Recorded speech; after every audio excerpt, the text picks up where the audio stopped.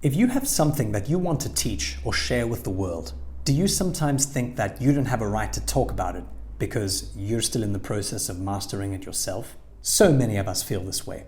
I often feel that way. Who am I? You may well be asking to talk about growing a business or a content strategy or creating digital products when I'm still learning, I'm still experimenting, and clearly have a whole lot more ahead of me to still discover. But we are what we constantly work on.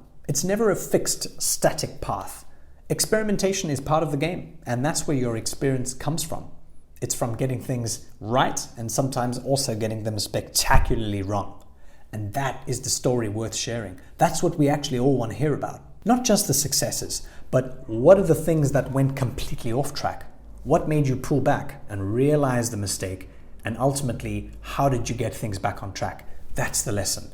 Not to master the task, but to share the knowledge that you gained during the journey. It's the same for businesses. Being the best at something or best in the industry doesn't mean that much to audiences anymore. It's about whether you can credibly communicate the value of your experience so far.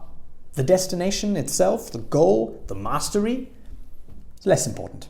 So don't feel that you need to master every square inch of your discipline or your services or your expertise before you launch it or share it or sell it.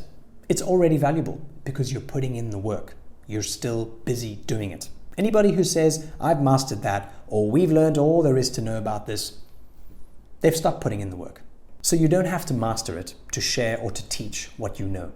You just have to keep learning and keep putting in the work.